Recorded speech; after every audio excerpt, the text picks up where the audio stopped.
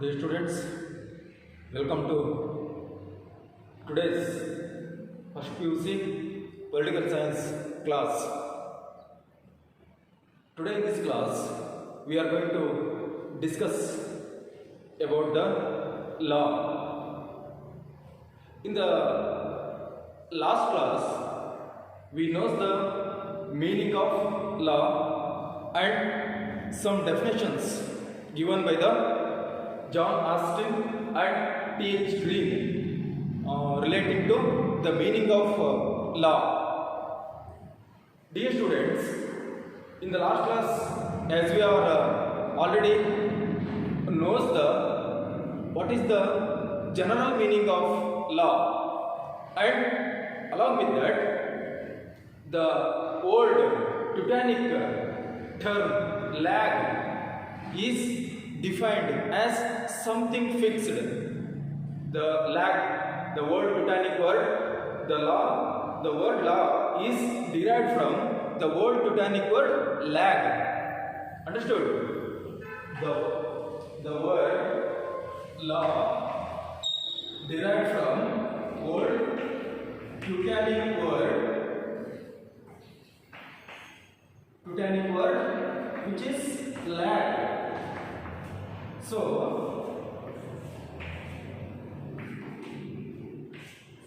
the word law is derived from the word Teutonic word lag, which means something fixed or universally applicable, which is control the behaviors of every individuals in the society. Along with that, to sanction the punishment those who are not follow the rules and regulations which is formed by the state. Understood? So, in the general meaning, what do you mean by law? As we already discussed about the meaning of law, the law is that which is set of rules which sanctioned or formed by the state for the purpose of control the behaviors of every individual in the society. Along with that, so sanction the punishment those who are violate those rules which are framed, formed, sanctioned by the state. So this is the general meaning of law. ಪ್ರೀತಿಯ ವಿದ್ಯಾರ್ಥಿಗಳೇ, ಇಂದಿನ ರಾಜ್ಯಶಾಸ್ತ್ರ ಪ್ರಥಮ PUC ರಾಜ್ಯಶಾಸ್ತ್ರ ತರಗತಿಗೆ ನಿಮಗೆಲ್ಲರಿಗೂ ಸ್ವಾಗತ. ನನ್ನ ಹೆಸರು ರಮೇಶ್. ನಾನು SJM ಮಹಾವಿದ್ಯಾಲಯದಲ್ಲಿ ರಾಜ್ಯಶಾಸ್ತ್ರ ಉಪನ್ಯಾಸಕನಾಗಿ ಕಾರ್ಯನಿರ್ವಹಿಸ್ತಾ ಇದ್ದೇನೆ. ಇಂದಿನ ಈ ತರಗತಿಯಲ್ಲಿ ನಾವು ನಮ್ಮ ರಾಜ್ಯಶಾಸ್ತ್ರದ ಪ್ರಥಮ PUC ರಾಜ್ಯಶಾಸ್ತ್ರದ 3ನೇ ಅಧ್ಯಾಯವಾದ ಕಾನೂನು ಕುರಿತು ನಮ್ಮ ಚರ್ಚೆಯನ್ನು ಮುಂದುವರಿಸಲಿದ್ದೇವೆ. ಕಳೆದ ತರಗತಿಯಲ್ಲಿ ನಾವು ಕಾನೂನಿಗೆ ಸಂಬಂಧಪಟ್ಟಂತೆ, ಕಾನೂನಿನ ಪರಿಕಲ್ಪನೆಗೆ ಸಂಬಂಧಪಟ್ಟಂತೆ ವಿವಿಧ ರಾಜಕೀಯ ಚಿಂತಕರುಗಳು ಕಾನೂನಿನ ಬಗ್ಗೆ ಕೊಟ್ಟಂತಹ ವ್ಯಾಖ್ಯೆಗಳನ್ನು ನೋಡಿದ್ವಿ ನಾವು. ಹಾಗೂ ಕಾನೂನು ಎಂದರೆ ಏನು ಅನ್ನೋದರ ಸಾಮಾನ್ಯ ಅರ್ಥವನ್ನು ಸಹ ನೋಡಿದ್ದೇವೆ.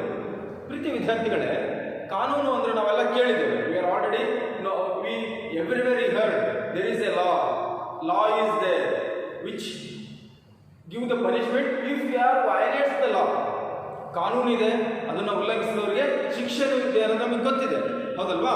ಈಗ ಯಾರಾದರೂ ಒಬ್ಬರನ್ನ ದೈಹಿಕವಾಗಿ ಹಲ್ಲೆ ಮಾಡಿದ್ರೆ, ಕೊಲೆ ಮಾಡಿದ್ರೆ, ಅಥವಾ ಇನ್ಯಾರೋ ಒಬ್ಬರಿಗೆ ತೊಂದರೆ ಕೊಟ್ಟರೆ ಅವಾಗ ಏನಾಗುತ್ತೆ? ಅವ್ರಿಗೆ ಶಿಕ್ಷೆ ಆಗುತ್ತೆ.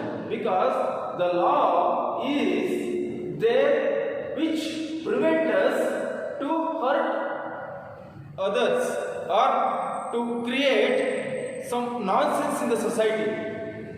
ಯಾಕೆ ಅವಾಗಿ ಪನಿಷ್ಮೆಂಟ್ ಆಗುತ್ತೆ? ಕೊಲೆ ಮಾಡೋಂಥವ್ರಿಗೆ, ಸಮಾಜದಲ್ಲಿ ಬೇರೆಯವರಿಗೆ ತೊಂದರೆ ಕೊಡುವಂಥವ್ರಿಗೆ, ಕಳ್ಳತನ ಮಾಡೋರಿಗೆ, ಹಾಗೂ ಸಮಾಜಘಾತಕ ಚಟುವಟಿಕೆಗಳನ್ನು ಮಾಡ್ತಕ್ಕಂಥವ್ರಿಗೆ, ಹಾಗೂ ಮೋಸ ಮಾಡ್ತಕ್ಕಂಥವ್ರಿಗೆ, ಹಾಗೂ ಕೆಲವು ಕ್ರಿಮಿನಲ್ ಆಕ್ಟಿವಿಟಿ ಮಾಡ್ತಕ್ಕಂಥವ್ರಿಗೆ ಯಾಕೆ ಶಿಕ್ಷೆ ಆಗುತ್ತೆ? ಬಿಕಾಸ್ ಲಾ ಕಾನೂನು ಇದೆ, ಅದನ್ನೆಲ್ಲ ಮಾಡಬಾರ್ದು ಅಂತೇಳಿ. ಏನು, ನೀವು ಕೊಲೆ ಮಾಡೋ ಹಾಗಿಲ್ಲ, ಬೇರೆಯವರಿಗೆ ದೈಹಿಕವಾಗಿ ಹಲ್ಲೆ ಮಾಡೋ ಹಾಗಿಲ್ಲ, ಬೇರೆಯವರಿಗೆ ತೊಂದರೆ ಕೊಡೋ ಹಾಗಿಲ್ಲ, ಬೇರೆ ವಸ್ತುಗಳನ್ನು ಕಳ್ತನ ಮಾಡೋ ಹಾಗಿಲ್ಲ.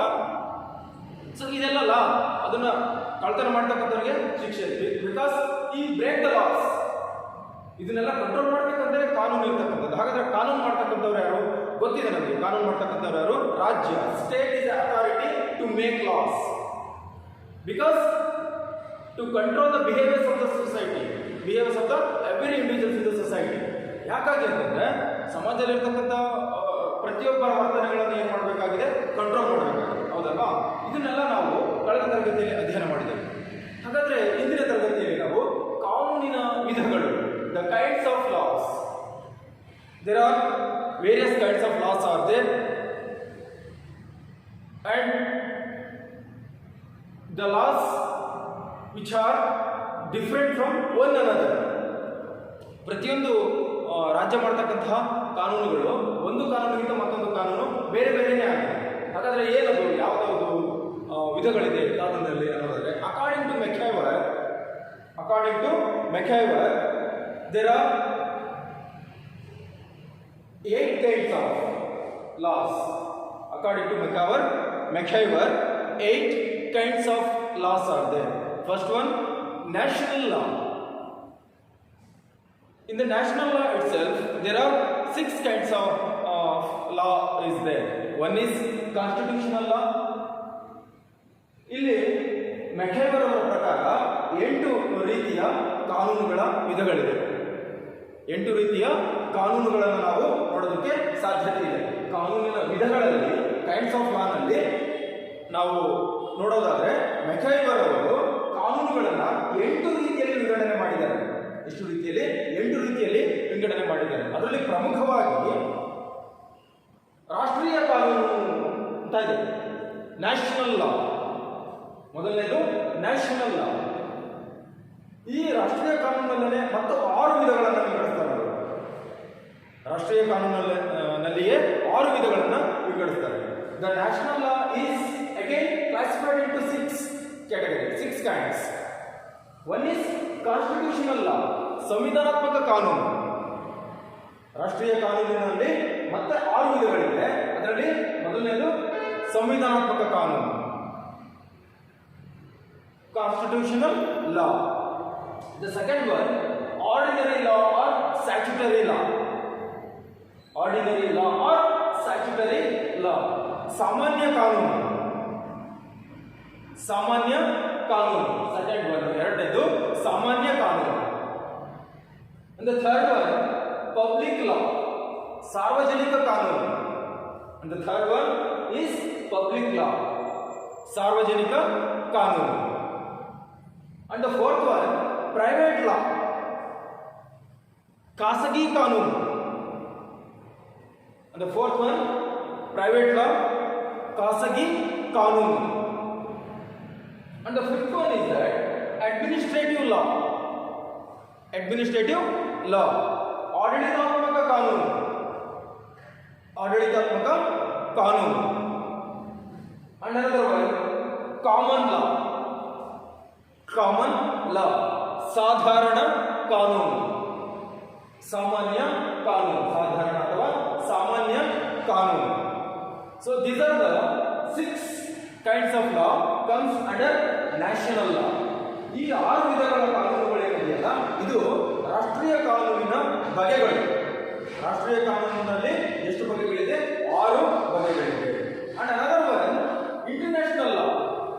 ಕಾನೂನಿನಲ್ಲಿ 2 ಬಗೆಗಳಿದೆ. ಒಂದು ರಾಷ್ಟ್ರೀಯ ಕಾನೂನು, ಮತ್ತೊಂದು ಅಂತಾರಾಷ್ಟ್ರೀಯ ಕಾನೂನು. ರಾಷ್ಟ್ರೀಯ ಕಾನೂನಿನಲ್ಲಿ ಮತ್ತು 6 ಬಗೆಗಳನ್ನು ನಾವು ವಿಂಗಡಿಸೋದಕ್ಕೆ ಸಾಧ್ಯತೆ ಇದೆ. ಅಕಾರ್ಡಿಂಗ್ ಟು ಮೆಕ್ಹೈವರ್ ಅವರ ಪ್ರಕಾರ ಕಾನೂನಿನಲ್ಲಿ 2 ವಿಧಗಳನ್ನು ಮಾಡಿದ್ದಾರೆ ಅವರು. ಒಂದು ರಾಷ್ಟ್ರೀಯ ಕಾನೂನು, ಮತ್ತೊಂದು ಅಂತಾರಾಷ್ಟ್ರೀಯ ಕಾನೂನು. ರಾಷ್ಟ್ರೀಯ ಕಾನೂನನ್ನು ಮತ್ತೆ ಅಗೇನ್ ಈ going to classified into 6 categories, 6 kinds.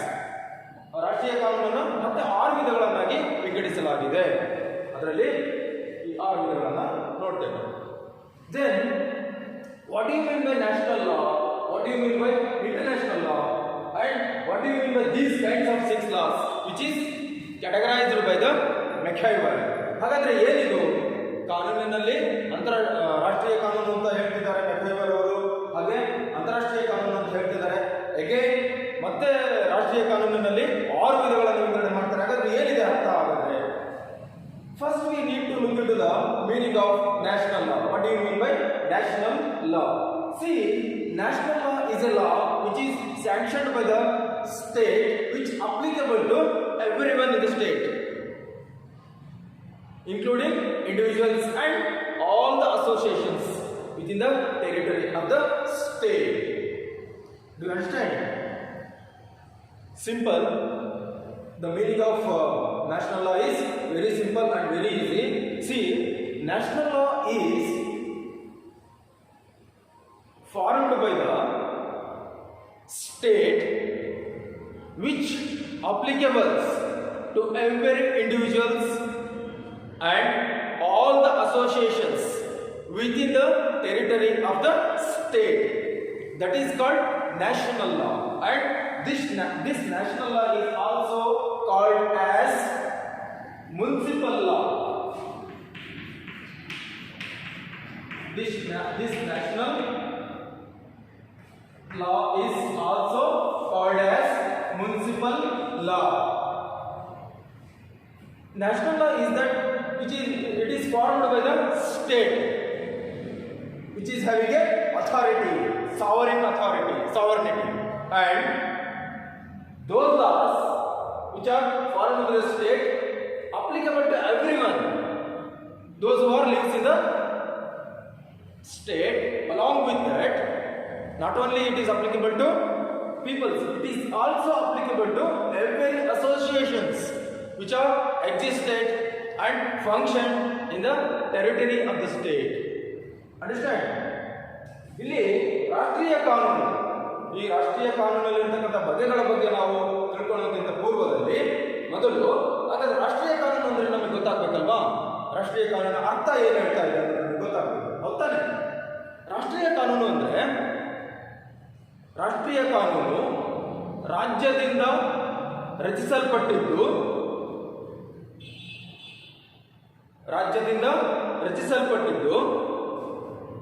ರಾಜ್ಯದ ಭೂಪ್ರದೇಶದಲ್ಲಿ ವಾಸಿಸುವ ಪ್ರತಿಯೊಬ್ಬ ವ್ಯಕ್ತಿಗೂ ಪ್ರತಿಯೊಂದು ಸಂಘ ಸಂಸ್ಥೆಗೂ ಅನ್ವಯವಾಗುವಂತಹ ಕಾನೂನೇ ರಾಷ್ಟ್ರೀಯ ಕಾನೂನು.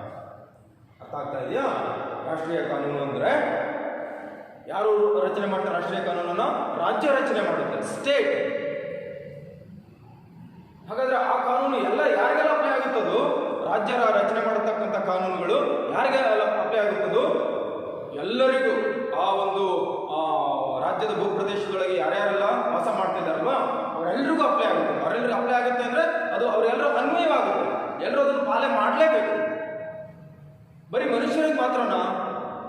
ಮನುಷ್ಯರ ಜೊತೆಗೆ ಅಂದ್ರೆ ವ್ಯಕ್ತಿಗಳ ಜೊತೆಗೆ, ಪ್ರತಿಯೊಬ್ಬ ವ್ಯಕ್ತಿಯ ಜೊತೆಗೆ ಪ್ರತಿಯೊಬ್ಬ ವ್ಯಕ್ತಿಗೂ ಅನ್ವಯವಾಗುತ್ತೆ, ಹಾಗೂ ಪ್ರತಿಯೊಂದು ಸಂಘ ಸಂಸ್ಥೆಗಳಿಗೂ, ರಾಜ್ಯದಲ್ಲಿ ಅಸ್ತಿತ್ವದಲ್ಲಿರುವಂತಹ ಪ್ರತಿಯೊಂದು ಸಂಘ ಸಂಸ್ಥೆಗಳಿಗೂ ಅನ್ವಯವಾಗುವಂತಹ ಕಾನೂನುಗಳು.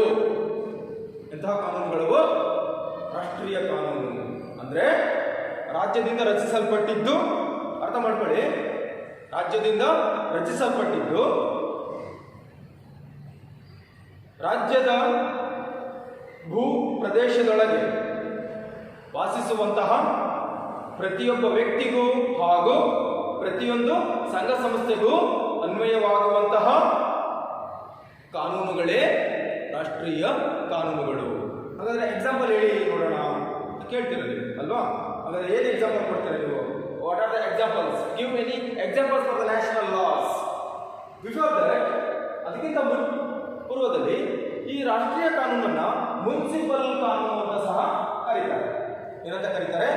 ರಾಷ್ಟ್ರೀಯ ಕಾನೂನನ್ನ ಮುನ್ಸಿಪಲ್ ಕಾನೂನು ಅಂತ ಸಹ ಕರೀತಾರೆ. ಯಾಕೆ ಅದನ್ನ ಮುನ್ಸಿಪಲ್ ಕಾನೂನು ಅಂತ ಕರೀತಾರೆ? Why the national law is going to considered as municipal law? Because ಯಾಕಪ್ಪ ಇದು ರಾಷ್ಟ್ರೀಯ ಕಾನೂನನ್ನ ಮುನ್ಸಿಪಲ್ ಕಾನೂನು ಅಂತ ಹೇಳಿ ಕರೀತಾರೆ ಅಂದ್ರೆ, ಇಲ್ಲಿ it is also called as a municipal law.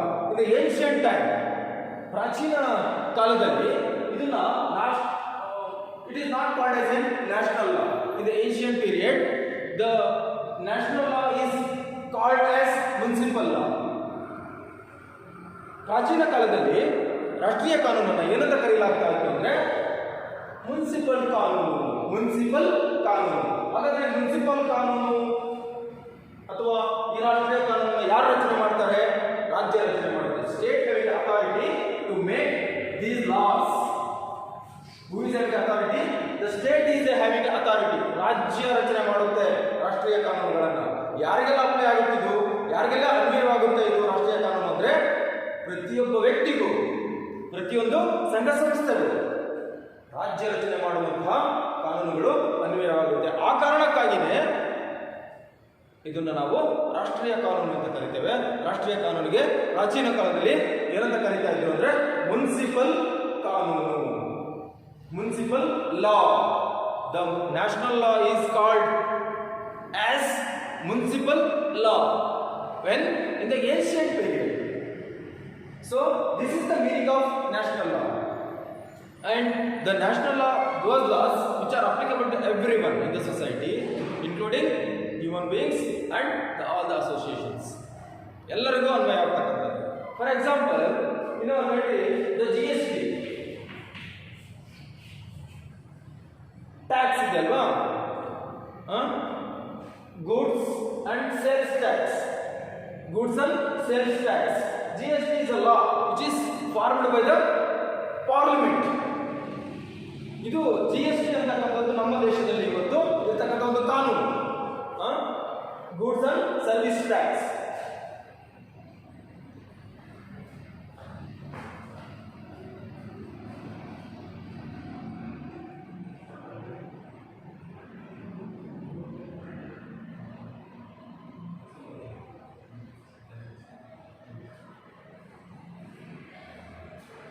So here the GST is a law which is framed by the Indian government,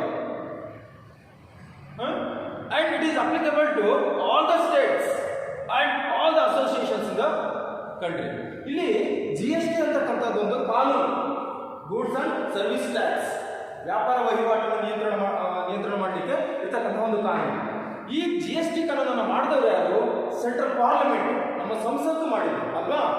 ಈ ಸಂಸತ್ತು ಮಾಡಿದಂಥ GST ಕಾನೂನು ಇವತ್ತು ಎಲ್ಲಾ ರಾಜ್ಯಗಳಿಗೂ ಅನ್ವಯವಾಗುತ್ತೆ. ಹೌದಾ? ಎಷ್ಟು ರಾಜ್ಯಗಳಿದೆ?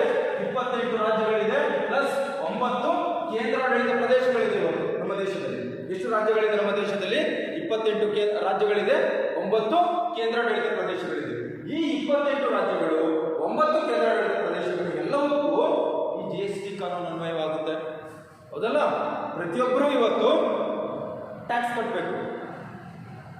ಪ್ರತಿಯೊಂದು association, those who are involved in the business, they need to pay the tax according to the act of GST. GST ಕಾಯ್ದೆ ಪ್ರಕಾರ ಎಲ್ಲರೂ ಟ್ಯಾಕ್ಸ್ ಅನ್ನ ಕಟ್ಟಲೇಬೇಕಾಗುತ್ತೆ. ಹೌದಲ್ವಾ? So this is called national law. ಇದು ಎಲ್ಲರೂ ಅನ್ವಯ ಆಗುತ್ತೆ. ಬರೀ ಒಂದು ರಾಜ್ಯಕ್ಕೆ ಅಥವಾ ಒಬ್ಬ ವ್ಯಕ್ತಿಗೆ ಅನ್ವಯ ಆಗ್ತಕ್ಕಂಥದ್ದಲ್ಲ, ಎಲ್ಲರಿಗೂ ಅನ್ವಯ ಆಗ್ತಕ್ಕಂಥದ್ದು. ಈ ರೀತಿಯ ಕಾನೂನುಗಳನ್ನು ನಾವೇನಂತ ಕರೀತೇವೆ? ರಾಷ್ಟ್ರೀಯ ಕಾನೂನುಗಳು, ರಾಷ್ಟ್ರೀಯ ಕಾನೂನು ಅಂತೇಳಿ ಕರೀತೇವೆ. So there are some kinds are there. There are categories are there which are constitutional law. ಇಲ್ಲಿ ರಾಷ್ಟ್ರೀಯ ಕಾನೂನಿನಲ್ಲಿ ಮತ್ತೆ 6 ವಿಧಗಳನ್ನು ನಾವು ಕಾಣೋದಕ್ಕೆ ಸಾಧ್ಯತೆ ಇದೆ. ಹೌದಲ್ವಾ? ಅದರಲ್ಲಿ ಮೊದಲನೇದು, first one is that constitutional law. ಸಂವಿಧಾನಾತ್ಮಕ ಕಾನೂನು. The constitutional law is that the meaning of constitutional law is the laws which controls the activities of the government and explains about what are the powers and functions of the government and rights and duties of the every individuals in the society. That law is considered or called as constitutional law. Constitutional law is that which explains about what are the powers and functions of the government, what are the rights and duties of the every citizens in the country. That law is considered or called as constitutional law, and this constitutional law is considered also as a supreme law.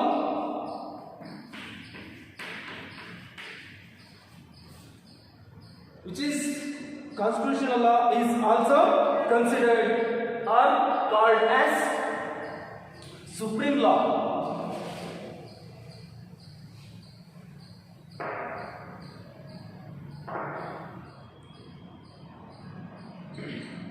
Because the constitutional law in every country is considered as a fundamental law. Constitutional law in every country, not only in India, in every country, considered or called as fundamental law. Why it is fundamental? Because the government need to work according to the constitutional law. Who decides or who controls the government? The constitutional law is going to control the government. In this regard, the constitution is supreme. The constitution having the power to control the activities of the government as like that, which is control the which law, the state law are going to control the behaviors of every individual, and the constitutional law is going to control the activities of the state. ನೋಡಿ, ಇಲ್ಲಿ ಸಂವಿಧಾನಾತ್ಮಕ ಕಾನೂನು ಅಂದ್ರೆ ಇದನ್ನು ನಾವು ಮೂಲಭೂತ ಕಾನೂನು ಅಂತ ಕರೀತೇವೆ. Fundamental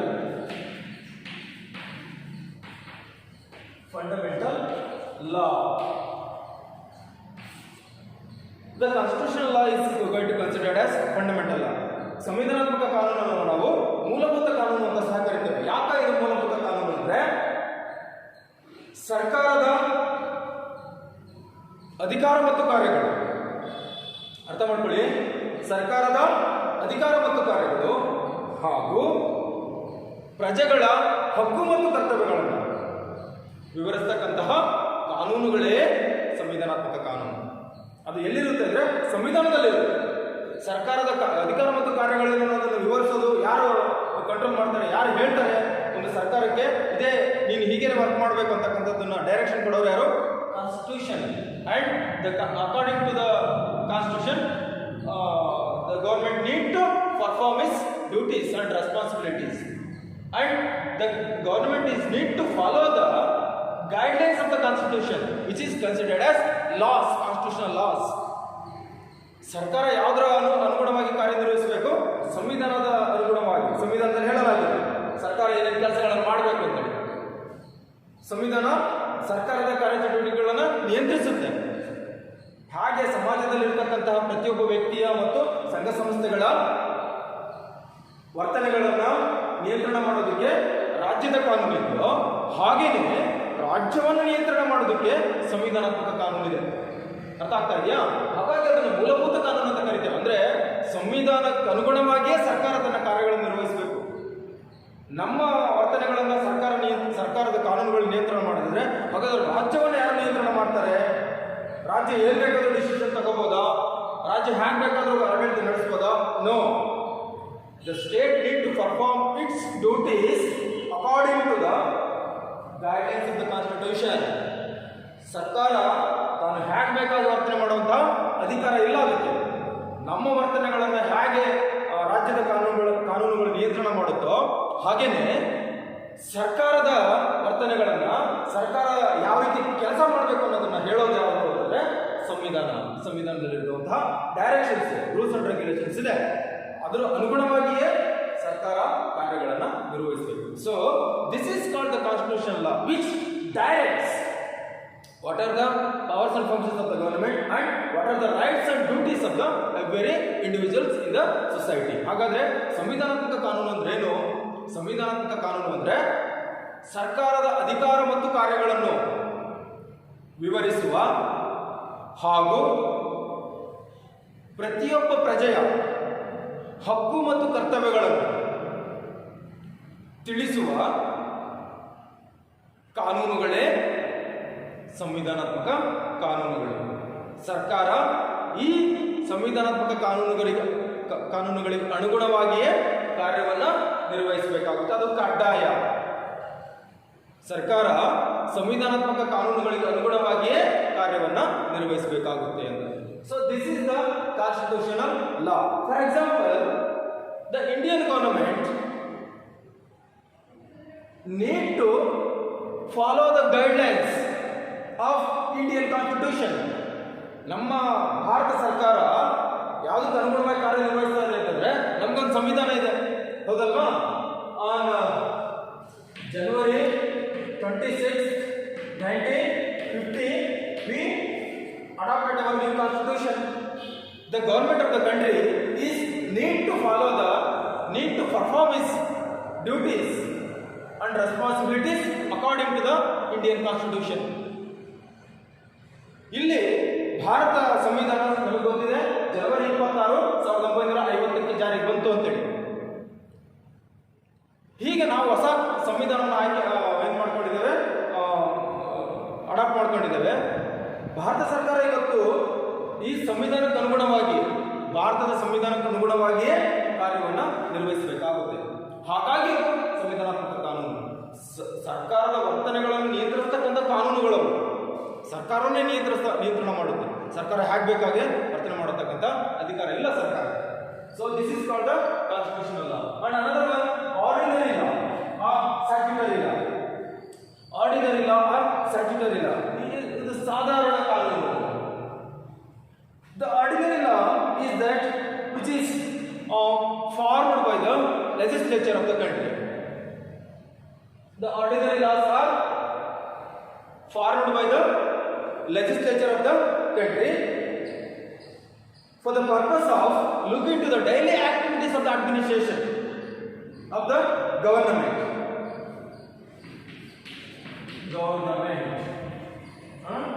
Government having three organs, which are, one is legislature, executive, first one legislature, executive, another one judiciary. Okay, so ordinary laws are framed by the legislature for the purpose of daily activities of the government, and which regulates the relationship between the government and the peoples. ಇಲ್ಲಿ ordinary ಲಾ, ಸಾಧಾರಣ ಕಾನೂನು ಅಂದ್ರೆ ಶಾಸಕಾಂಗದಿಂದ ರೂಪಿಸಲ್ಪಟ್ಟ, ಅರ್ಥ ಮಾಡ್ಕೊಳ್ಳಿ, ಸಾಧಾರಣ ಕಾನೂನು ಅಂದ್ರೆ ಶಾಸಕಾಂಗದಿಂದ ರೂಪಿಸಲ್ಪಟ್ಟ ಸರ್ಕಾರದ ದೈನಂದಿನ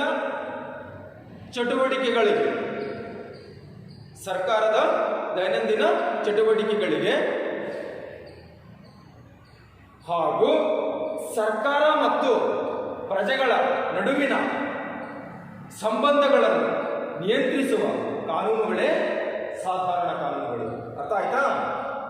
ಸಾಧಾರಣ ಕಾನೂನುಗಳು ಅಂದ್ರೆ ಯಾರು ಮಾಡ್ತಾರೆ ಇದನ್ನ? ಸಾಧಾರಣ ಕಾನೂನು ಅಂದ್ರೆ ಶಾಸಕಾಂಗ ಮಾಡೋದು. ಸಿಂಪಲ್, ಅರ್ಥ ಮಾಡ್ತೀವಿ. ಈ ಸಾಧಾರಣ ಕಾನೂನು ಮಾಡ್ತಕ್ಕಂಥವ್ರು ಯಾರು? ಶಾಸಕಾಂಗ ರೂಪಿಸುವ ಸರ್ಕಾರದ ದಿನನಿತ್ಯದ ಕಾರ್ಯಚಟುವಟಿಕೆಗಳನ್ನು ಹಾಗೂ ಪ್ರಜೆಗಳು ಮತ್ತು ಸರ್ಕಾರದ ನಡುವಿನ ಸಂಬಂಧಗಳನ್ನು ನಿಯಂತ್ರಿಸತಕ್ಕಂತಹ ಕಾನೂನುಗಳೇ ಸಾಧಾರಣ ಕಾನೂನುಗಳು. Understood? Thus ordinary laws are formed by the legislature for the purpose of daily activities of the government and to control the relationship between government and the citizens, government and the people. We are already know that there are three organs in the government, which is first one legislature, executive and judiciary. The daily activities of the state is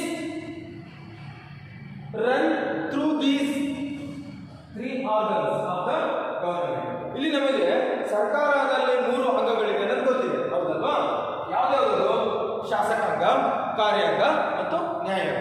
ರಾಜ್ಯದ ಕಾರ್ಯಚಟುವಟಿಕೆಗಳು ಹೇಗಪ್ಪ ನಡೆಯುತ್ತೆ ಅಂದ್ರೆ ಈ 3 ಅಂಗಗಳ ಮೂಲಕ, ಸರ್ಕಾರದ ಈ 3 ಅಂಗಗಳ ಮೂಲಕ ಸರ್ಕಾರದ ದಿನನಿತ್ಯದ ಚಟುವಟಿಕೆಗಳು ನಡೆಯುತ್ತೆ. ಹೌದಾ? ಶಾಸಕಾಂಗ ಶಾಸನಗಳನ್ನು ಮಾಡುತ್ತೆ, ಕಾರ್ಯಾಂಗ ಶಾಸಕಾಂಗ ಮಾಡುವಂತ ಕಾರ್ಯಗಳನ್ನ ಜಾರಿಗೆ ತರುತ್ತೆ. ಹಾಗೆ ನ್ಯಾಯಾಂಗ ಈ ಶಾಸಕಾಂಗ ಮತ್ತು ಕಾರ್ಯಾಂಗ ಮಾಡಿದಂಥ ಕೆಲಸ ಕಾರ್ಯಗಳು ಸಂವಿಧಾನಕ್ಕೆ ಅನುಗುಣವಾಗಿದವೋ ಇಲ್ವೋ ಅನ್ನೋದನ್ನು ನೋಡಿ ನ್ಯಾಯ ವಿತರಣೆ ಮಾಡತಕ್ಕಂತಹ ಕಾರ್ಯವನ್ನು ಮಾಡುವುದು. This is the daily routine of the activities of the state. So the ordinary law is going to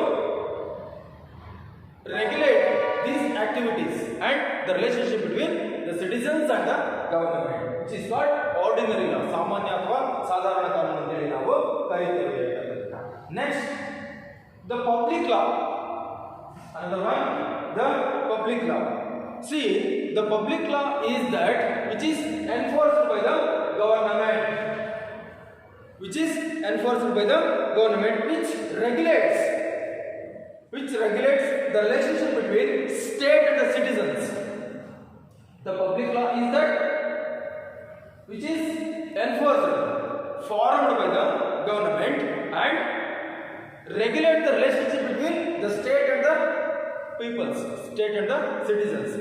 ಇಲ್ಲಿ ಸಾರ್ವಜನಿಕ ಕಾನೂನು ಅಂದ್ರೆ ಯಾವುದಕ್ಕೆ ನಾವು ಸಾರ್ವಜನಿಕ ಕಾನೂನು ಅಂತ ಕರೀತೇವೆ? ಯಾರು ಮಾಡ್ತಾರೆ ಇದನ್ನ ಸಾರ್ವಜನಿಕ ಕಾನೂನು? Ordinary laws are going to framed by the legislature. ಸಾಧಾರಣ ಕಾನೂನನ್ನು ಮಾಡ್ತಕ್ಕಂಥವ್ರು ಯಾರು? ಶಾಸಕರು. ಹಾಗಾದ್ರೆ ಸಾರ್ವಜನಿಕ ಕಾನೂನನ್ನು ಮಾಡ್ತಕ್ಕಂಥವ್ರು ಯಾರು? It's A government. ಸರ್ಕಾರದಿಂದ ರೂಪಿಸಲ್ಪಟ್ಟ ಹಾಗೂ ರಾಜ್ಯ ಮತ್ತು ಪ್ರಜೆಗಳ ನಡುವಿನ ಸಂಬಂಧಗಳನ್ನು ನಿಯಂತ್ರಿಸುವ ಕಾನೂನುಗಳೇ ಸಾರ್ವಜನಿಕ ಕಾನೂನುಗಳು. ಅಂದ್ರೆ ಸಾರ್ವಜನಿಕ ಕಾನೂನು ಅಂದ್ರೆ ಸರ್ಕಾರದಿಂದ ರೂಪಿಸಲ್ಪಟ್ಟ ಹಾಗೂ ರಾಜ್ಯ ಮತ್ತು ಪ್ರಜೆಗಳ ನಡುವಿನ ಸಂಬಂಧಗಳನ್ನು ನಿಯಂತ್ರಿಸುವ ಕಾನೂನುಗಳೇ ಸಾರ್ವಜನಿಕ ಕಾನೂನುಗಳು. ಅರ್ಥ ಆಗ್ತಾ ಇದೆಯಾ? The public law is that which is formed by the government and regulates the relationship between the state and the people, the state and the citizens, which is called as a public law. And another one, private law. Private law is that which regulates the relationship between individuals for various reasons. It may be the contract between individuals, it may be the business of property between individuals, or it may be the succession, or it may be the issue of succession, or when the person is going to die and the matter, if he is having a property, the issue is comes who is the successor of that property. So these are the things which are going to regulate in private law. Private law is that which regulates, which control the activities between the two individuals regarding the various purposes. Maybe it may be the business purpose, maybe it may be the contractual activities, maybe it may be the succession related activities or issues. ಇಲ್ಲಿ ಖಾಸಗಿ ಕಾನೂನು ಏನಿದು? ಖಾಸಗಿ ಕಾನೂನು ಅಂದ್ರೆ ವ್ಯಕ್ತಿಗಳ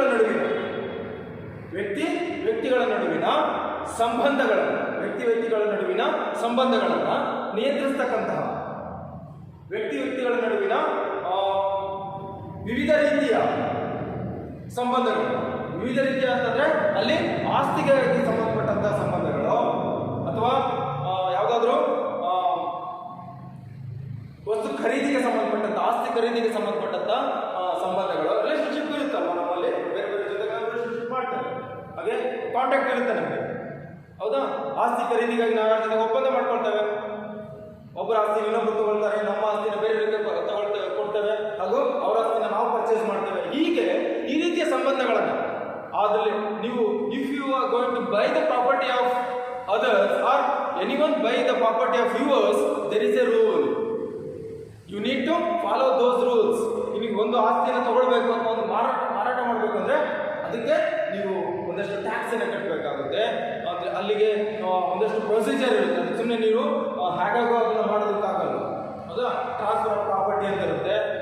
property ಅಂತ ಇರುತ್ತೆ. ಈಗ ಯಾವುದಾದ್ರು ಒಂದು ಆಸ್ತಿನ ತಗೊಳ್ಬೇಕಾದ್ರೆ ಪ್ರೊಸೀಜರ್ ಇರುತ್ತೆ. ನೀನು ಸ್ಟಾಂಪ್ ಡ್ಯೂಟಿ ಕಟ್ಟಬೇಕು, ನೀನು ಆಸ್ತಿನ ಟ್ರಾನ್ಸ್ಫರ್ ಮಾಡಿಸ್ಬೇಕು, ಹಾಗೆ ಆಸ್ತಿ ಯಾರ್ಯಾರ ಹೆಸರಿದೆ ಅವರೆಲ್ಲ ಬಂದು ಸೈನ್ ಮಾಡಬೇಕು, ಹೌದಾ? ಹಾಗೆ ರಿಜಿಸ್ಟ್ರೇಷನ್ ಆಗಬೇಕು, ರೆವಿನ್ಯೂ ಡಿಪಾರ್ಟ್ಮೆಂಟ್ ಅಲ್ಲಿ ರಿಜಿಸ್ಟ್ರೇಷನ್ ಆಗಬೇಕು, ಅದಕ್ಕೆ ಸ್ಟಾಂಪ್ ಡ್ಯೂಟಿ ಅಂತ ಇರುತ್ತೆ, ಆ ಸ್ಟಾಂಪ್ ಡ್ಯೂಟಿ ಕಟ್ಟಬೇಕು. So these are the rules which control the business activities between the individuals. ಇಲ್ಲಿ ನೀವು ಆಸ್ತಿ ಖರೀದಿಗಾಗಿ ನಡೀತಕ್ಕಂಥ ವ್ಯವಹಾರನ ನಡೀತು ನಿಮ್ಮಲ್ಲಿ ವ್ಯಕ್ತಿಗಳ ಮಧ್ಯೆ ಇದ್ರೆ ಅದಕ್ಕೊಂದು ರೂಲ್ಸ್ ಇದೆ, ಹೌದಾ? ಹಾಗೆ ಅಗ್ರಿಮೆಂಟ್ ಆಗುತ್ತೆ, ಯಾವುದಾದ್ರೂ ಒಂದು ಅಗ್ರಿಮೆಂಟ್. ಏನು, ನೀವು ಯಾವುದಾದ್ರು ಮನೆಯ ಲೀಸ್ಗೆ ಹಾಕ್ಸ್ಕೊಳ್ತೀರಾ ಅಂತ, ಹೌದಾ? ನೀವು ಆಗ ಲೀಸ್ಗೆ ಹಾಕ್ಸ್ಕೊಳ್ತೀರಾ ಅಂತಂದ್ರೆ ಅವಾಗ ನಿಮ್ಗೆ ಅದಕ್ಕೊಂದಷ್ಟು ಪೇಪರ್ಸ್ ಡಾಕ್ಯುಮೆಂಟ್ಸ್ ಇದೆ. ನೀವು ಎಷ್ಟು ವರ್ಷಕ್ಕೆ ಲೀಸ್ಗೆ ಹಾಕ್ಸ್ಕೊಳ್ತಾ ಇದ್ದೀರಾ, ಅಥವಾ ಒಂದು ಬಾಡಿಗೆ ತಗೊಳ್ತಾ ಇದ್ದೀರಾ ಅಂತಂದ್ರೆ ಅದು ಎಷ್ಟು ವರ್ಷಕ್ಕೆ ಬಾಡಿಗೆ ಇದೆ, ಎಷ್ಟು ಬಾಡಿಗೆ ಕೊಟ್ಟಿದ್ದೀರಾ, ಅಡ್ವಾನ್ಸ್ ಎಷ್ಟು ಕೊಟ್ಟಿದ್ದೀರಾ.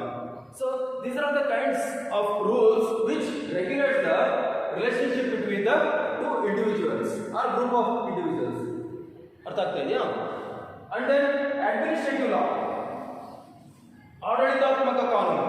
See, administrative law is that which regulates or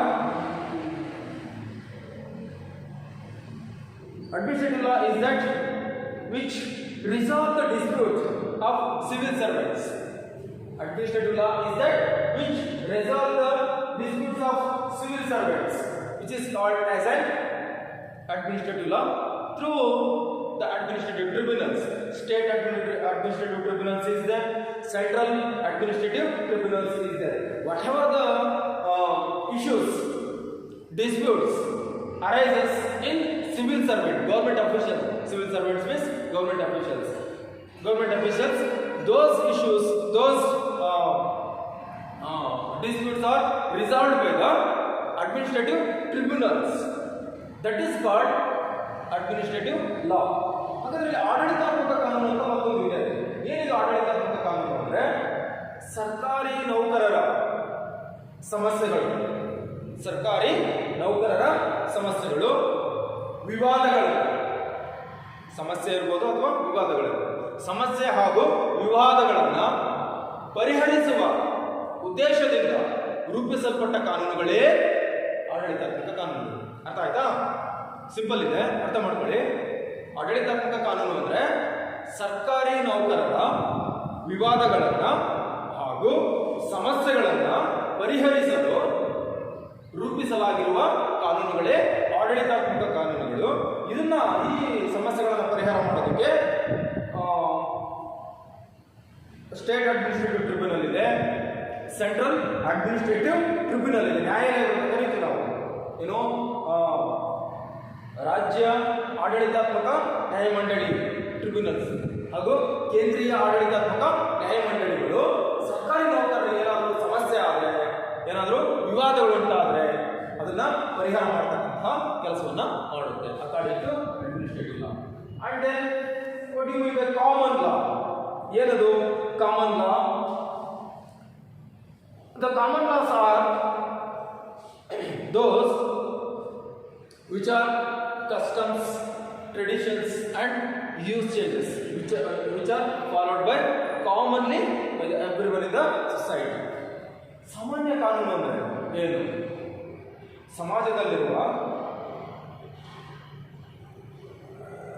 ಸಂಪ್ರದಾಯಗಳು, ಪದ್ಧತಿಗಳು, ರೂಢಿಗಳು, ಸಮಾಜದಲ್ಲಿರುವ ರೂಢಿ ಮತ್ತು ಸಂಪ್ರದಾಯ ಮತ್ತು ಪದ್ಧತಿಗಳು, ಇದನ್ನು ನಾವು ಎಲ್ಲರೂ ಅನುಸರಿಸ್ತಾರೆ.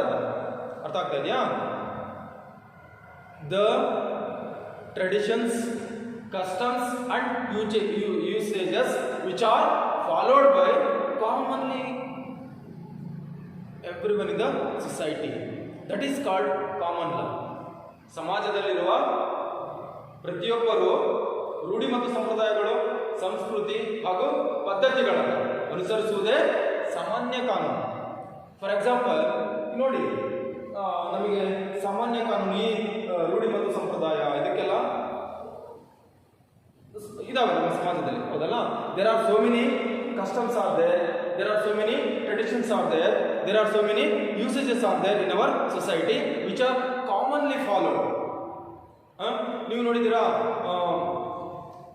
in our society some kind of festivals are commonly practiced, commonly celebrated in our society. ಈ ಅಜ್ಜಿಯಮ್ಮ ಅಂತ ಕೇಳಿದಿರಲ್ವಾ, ಅದನ್ನ ಎಲ್ಲರೂ ಆಚರಣೆ ಮಾಡ್ತಾರೆ, ಹೌದಾನೆ? ಹಾಗೇನೆ ಕೆಲವೊಂದು ಸಂಪ್ರದಾಯಗಳಿದೆ, ಅದನ್ನ ನೀವು ಬಾಗಿನ ಕೊಡೋದು ಅಂತ ಕರಿತೀವರಲ್ಲ ನೀವು, ಬಾಗಿನ ಕೊಡ್ತಕ್ಕಂಥದ್ದು. ಇದರಿಂದ ಏನು, ಕೆರೆ ಅಥವಾ ನದಿಗಳು ತುಂಬಿದಾಗ ಹೋಗಿ ಬಾಗಿನ ಅರ್ಪಣೆ ಮಾಡ್ತಾರೆ. That is the tradition. ಹಾಗೇನೆ Dasara, we are celebrating the festival of Dasara. Dasara is also our custom. ಅದು ನಮ್ಮ ಏನು, ನಮ್ಮ ಸಂಸ್ಕೃತಿ, ಕಲ್ಚರ್, ನಮ್ಮ ಸಂಸ್ಕೃತಿ. ಅದು ಅಲ್ಲಿ ಎಲ್ಲರೂ ಹೋಗಿ ದಸರಾವನ್ನು ಎಂಜಾಯ್ ಮಾಡ್ತಾರೆ. ಹಾಗೆ the various festivals in our society which are practised throughout the millions of years. ನೂರಾರು ವರ್ಷಗಳಿಂದ ಕೆಲವೊಂದು ಪದ್ಧತಿಗಳನ್ನು, ರೂಢಿ ಸಂಪ್ರದಾಯಗಳನ್ನು ನಾವು ಆಚರಿಸ್ತಾ ಬಂದಿದ್ದೇವೆ. That is ಆಲ್ಸ್ called as A common loss. So these are the 6 kinds of laws comes under the national law. ಈ 6 ವಿಧಗಳಿದೆಯಲ್ಲ, ಈ 6 ವಿಧಗಳು ರಾಷ್ಟ್ರೀಯ ಕಾನೂನಿನ ಬಗೆಗಳು. Then the international law. What do you mean by international law? ಅಂತಾರಾಷ್ಟ್ರೀಯ ಕಾನೂನು. International law is that which controls the activities of the sovereign states. International law is that which controls the activities of the sovereign states in the world. ಅಂತಾರಾಷ್ಟ್ರೀಯ ಕಾನೂನು ಅಂದರೆ ಪರಮಾಧಿಕಾರವುಳ್ಳ ರಾಷ್ಟ್ರಗಳ ವರ್ತನೆಗಳನ್ನು ನಿಯಂತ್ರಿಸತಕ್ಕಂತಹ ಕಾನೂನುಗಳು. ಅಂತಾರಾಷ್ಟ್ರೀಯ ಕಾನೂನು ಅಂದರೆ ಪರಮಾಧಿಕಾರವುಳ್ಳ ರಾಷ್ಟ್ರಗಳ ವರ್ತನೆಗಳನ್ನು ನಿಯಂತ್ರಿಸತಕ್ಕಂತಹ ಕಾನೂನುಗಳನ್ನು ನಾವು ಅಂತಾರಾಷ್ಟ್ರೀಯ ಕಾನೂನು ಅಂತ ಕರೀತೇವೆ. Example, see there is a one international organization is there which is called as a United Nations Organization, UNO. UNO frames so many rules and regulations which are applicable to every nations in the world. For example, during the crisis of pandemic COVID-19, the WHO is releases some notifications regarding the how to prevent this COVID-19 to spread others. What are the precautions we need to take to prevent the spread of this COVID-19 disease? ಇಲ್ಲಿ ಹಾಗಾದ್ರೆ ಈ ಅಂತಾರಾಷ್ಟ್ರೀಯ ಕಾನೂನುಗಳು ಮಾಡೋದಕ್ಕೆ ಯಾರಾದರೂ ಇದ್ದಾರಾ? S, ಇದ್ದಾರೆ. ವಿಶ್ವಸಂಸ್ಥೆ ಕೇಳಿದ್ದಾರೆ ಹೌದಲ್ವಾ? ವಿಶ್ವಸಂಸ್ಥೆ ಒಂದು ಅಂತಾರಾಷ್ಟ್ರೀಯ ಸಂಘಟನೆ. It is a international organisation and it makes so many rules and regulations relating to control the behaviors of the states. ಹಾಗೇನೆ ಈ ವಿಶ್ವಸಂಸ್ಥೆ ಮಾಡ್ತಕ್ಕಂಥ ಕಾನೂನುಗಳನ್ನ ಎಲ್ಲ ರಾಷ್ಟ್ರಗಳು ಪಾಲನೆ ಮಾಡುತ್ತೆ, ಫಾಲೋ ಮಾಡುತ್ತೆ. ಈ ಪ್ರಸ್ತುತ ಸಂದರ್ಭದಲ್ಲಿ COVID-19 ಅನ್ನುವಂತಹ ಒಂದು ಸಾಂಕ್ರಾಮಿಕ ರೋಗವನ್ನು ತಡೆಯಲಿಕ್ಕೆ ಒಂದಷ್ಟು ಗೈಡ್ಲೈನ್ಸ್ ಅನ್ನ WHO, ವರ್ಲ್ಡ್ ಹೆಲ್ತ್ ಆರ್ಗನೈಸೇಷನ್ ಅಂದರೆ ಈ ವಿಶ್ವಸಂಸ್ಥೆಯ ಒಂದು ಅಂಗಸಂಸ್ಥೆ ಇದೆ. World Health Organization. It is a organ of the UNO. There are so many organs are there in the United Nations Organization. WHO is also one among them. ವಿಶ್ವ ಆರೋಗ್ಯ ಸಂಸ್ಥೆ WHO, world health organisation ಏನು ಮಾಡ್ತು, ಕೆಲವೊಂದು guidelines ಅನ್ನು ಬಿಡುಗಡೆ ಮಾಡಿತು. ಈ COVID-19 ಅನ್ನು ಪ್ರಿವೆಂಟ್ ಮಾಡೋದಕ್ಕೆ, ಅದನ್ನು ಹರಡೋದನ್ನ ತಡೆಯೋದಕ್ಕೆ ಒಂದಷ್ಟು ಗೈಡ್ಲೈನ್ಸ್ ಅನ್ನು ಇಶ್ಯೂ ಮಾಡ್ತು. ಏನು, ಮಾಸ್ಕ್ ಹಾಕೊಳ್ಬೇಕು, ಸ್ಯಾನಿಟೈಸ್ ಯೂಸ್ ಮಾಡಬೇಕು, ಹಾಗೆ ಕೈಗಳನ್ನು ನೀವು ಆಲ್ಕೋಹಾಲ್ ಬೇಸ್ಡ್ ಇದರಿಂದ ನೀವು ತೊಳಿಬೇಕು, ನೀವು ಸ್ಯಾನಿಟೈಸರ್ ಹಾಕಿ ತೊಳಿಬೇಕು. ಹಾಗೆ ಸೋಷಿಯಲ್ ಡಿಸ್ಟೆನ್ಸ್ ಅನ್ನ ಮೇಂಟೈನ್ ಮಾಡಬೇಕು, ಕ್ರೌಡ್ ಅನ್ನ ಸೇರಬಾರ್ದು. ಆಯ್ತಾ? ಈ ಲಾಕ್ಡೌನ್ ಇದೆಲ್ಲ ಬಂತಲ್ವಾ, ಈ ಗೈಡ್ಲೈನ್ಸ್ ಅನ್ನು ಕೊಟ್ಟವ್ರು ಯಾರು? ಇದನ್ನ, ಈ ಗೈಡ್ಲೈನ್ಸ್ ಅನ್ನು ಎಲ್ಲ ರಾಷ್ಟ್ರಗಳು ಪಾಲನೆ ಮಾಡಿದ್ವಿ ಅಲ್ವಾ, including India. Every nations are going to follow the guidelines which are given by the WHO, one of the organ of the United Nations Organization.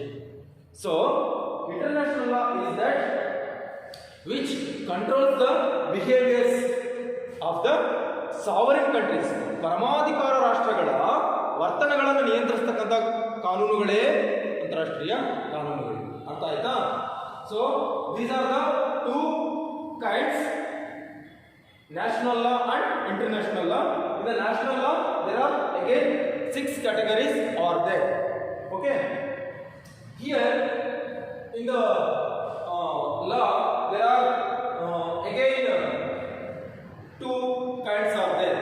One is ordinances and moral law. Ordinances and moral law. What do you mean by ordinances? See, whenever the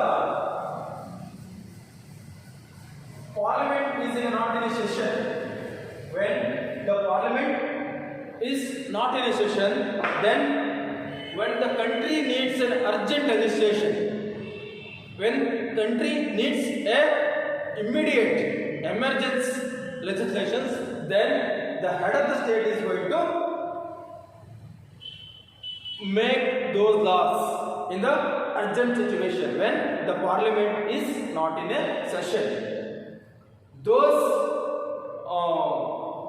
declarations which are declared by the emergency situation in the country and when there is no session of the parliament, those decisions are called as an ordinances which are issued by the head of the state.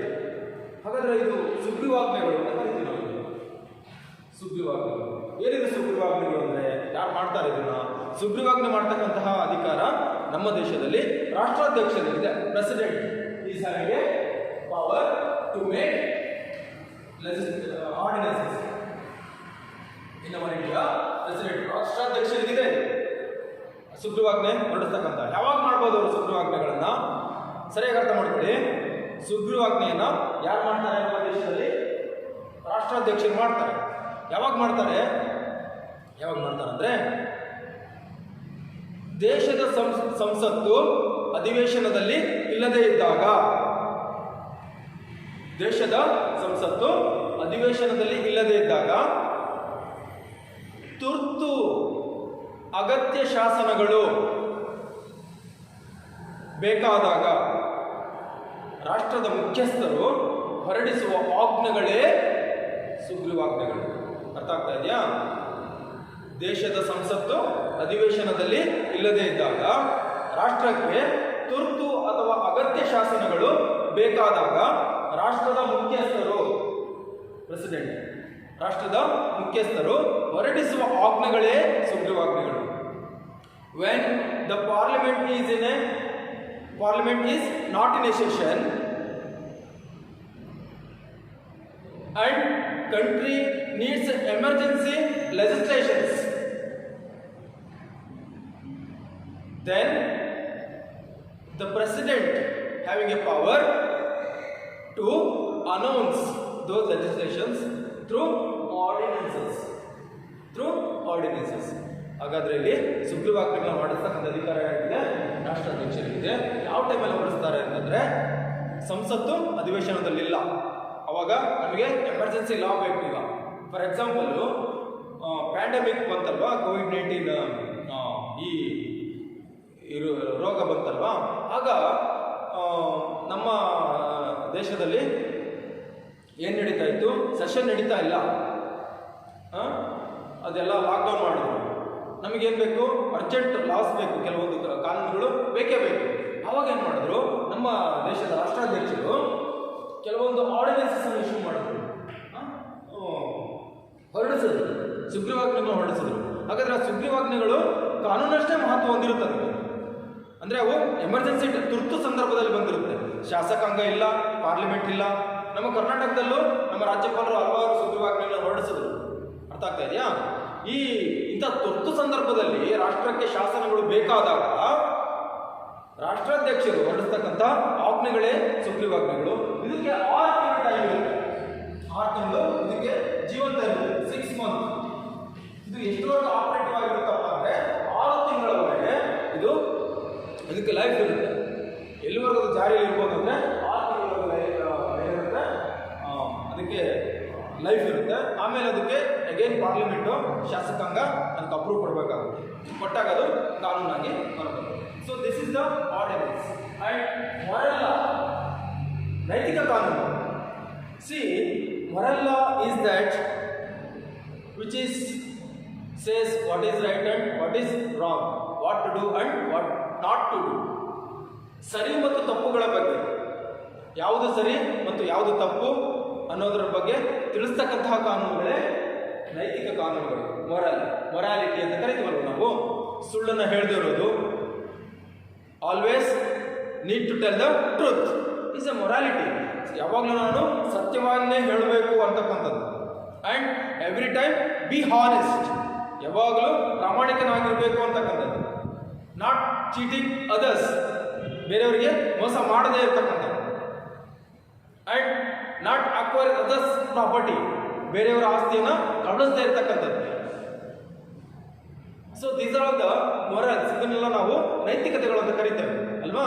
ಏನು, ಸುಳ್ಳು ಹೇಳದೇ ಇರತಕ್ಕಂಥದ್ದು, ಪ್ರಾಮಾಣಿಕವಾಗಿರ್ತಕ್ಕಂಥದ್ದು, ಮೋಸ ಮಾಡದೇ ಇರತಕ್ಕಂಥದ್ದು, ಬೇರೆಯವರ ಆಸ್ತಿಯನ್ನು ಕಬಳಿಸದೇ ಇರತಕ್ಕಂಥದ್ದು, ಇದೆಲ್ಲ ನೈತಿಕತೆ. ಇದನ್ನು ನಾವು ನೈತಿಕ ಕಾನೂನುಗಳು ಅಂತ ಕರಿತೇವೆ. ಅಂದರೆ ಸರಿ ಮತ್ತು ತಪ್ಪುಗಳ ಬಗ್ಗೆ ವಿವರಿಸ್ತಕ್ಕಂತಹ ಕಾನೂನುಗಳು. ಅದು ಸತ್ಯವನ್ನು ಹೇಳೋದು, ಸುಳ್ಳನ್ನು ಹೇಳೋದು ತಪ್ಪು ಅಂತಕ್ಕಂಥದ್ದು, ಮೋಸ ಮಾಡಬಾರ್ದು, ಮೋಸ ಮಾಡೋದು ತಪ್ಪು ಅಂತಕ್ಕಂಥದ್ದು, ಹಾಗೆ ಪ್ರಾಮಾಣಿಕವಾಗಿರ್ತಕ್ಕಂಥದ್ದು, ಪ್ರಾಮಾಣಿಕವಾಗಿಲ್ಲದೆ ಇರೋದು ತಪ್ಪು ಅನ್ನೋದು. ಈ ಸರಿ ತಪ್ಪುಗಳ ಬಗ್ಗೆ ವಿವರಿಸ್ತಕ್ಕಂಥ ಕಾನೂನುಗಳೇ ನೈತಿಕ ಕಾನೂನುಗಳು. So dear students, today in this class we discuss regarding the kinds of law, national law, and in the national law itself there are six categories are there, and the international law, along with that ordinance and moral law. In the next class we are going to discuss the remaining things of your third chapter, that is basic political concepts. Thank you very much.